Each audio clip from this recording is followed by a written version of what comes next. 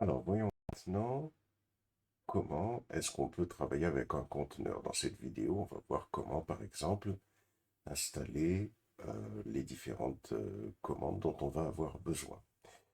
Alors pour ça, on va exécuter la commande docker run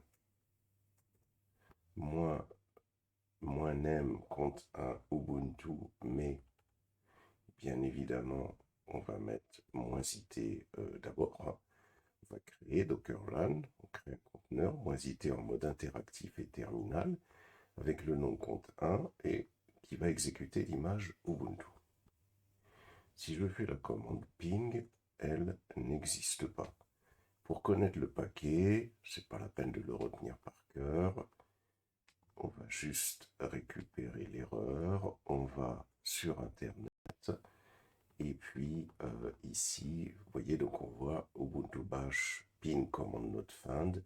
Et là, il nous explique le paquet qu'il faut installer pour avoir cette commande ping qui existe.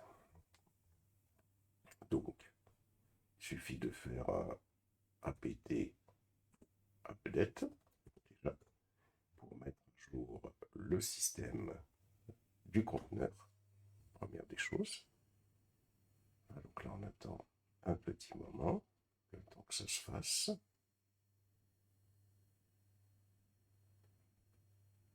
Voilà, on fait un clear et il suffit de faire un apt install et le paquet qu'on a récupéré sur internet, on l'envoie.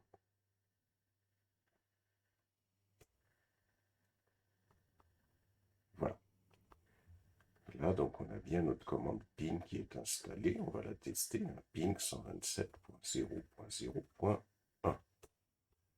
Donc, cette commande marche et on voit que le ping est lancé tranquillement sur notre système.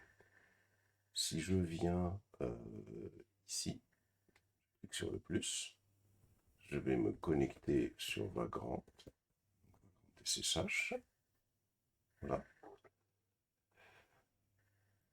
Alors, il faut d'abord aller sur Vagrant Docker, hein. Il faut aller sur le dossier et je vais faire Vagrant SSH.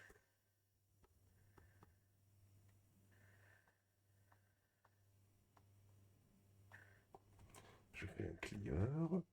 Si je fais un Docker PS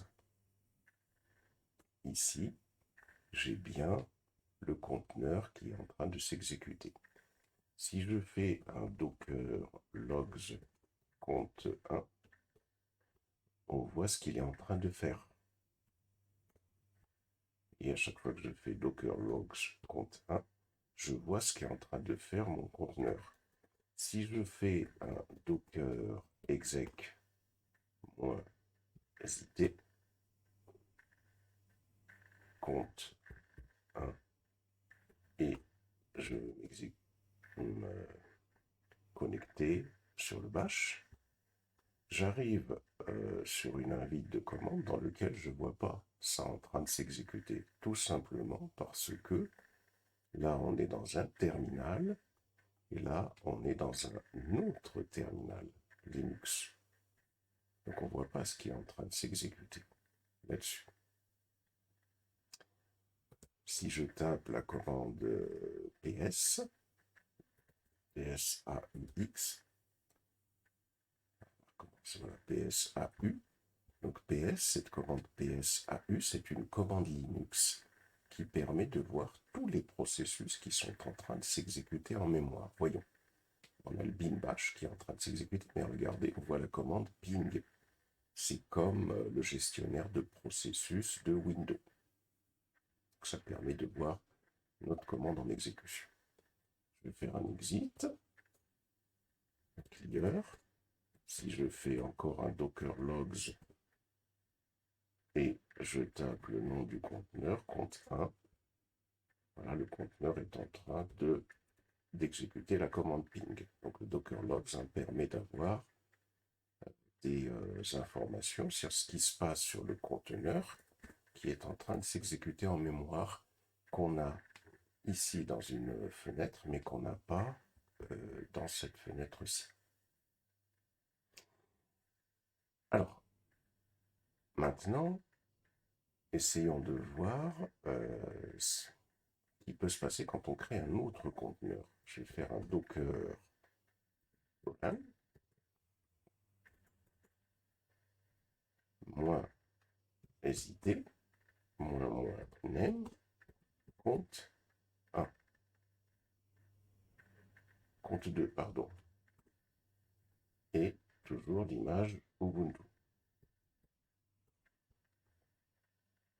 Si je fais la commande ping, elle ne marche pas. Pourquoi? Tout simplement parce que j'ai recréé un conteneur avec cette image de base Ubuntu, et donc il faut refaire encore l'installation que j'ai effectuée dans ce conteneur-là. C'est un peu embêtant. On aurait bien aimé, une fois qu'on a créé ce conteneur-là, on aurait aimé que l'image créée dans ce conteneur-là, c'est-à-dire que l'installation que l'on a effectuée ici de ping, on puisse la réutiliser dans un autre conteneur que l'on va créer. Donc on va voir comment est-ce que l'on peut procéder pour pouvoir obtenir une image Ubuntu avec la commande ping qui aura été préalablement installée. Alors d'abord, on va faire un exit, sortir d'ici, on va faire un clear et on va voir ça dans la suite.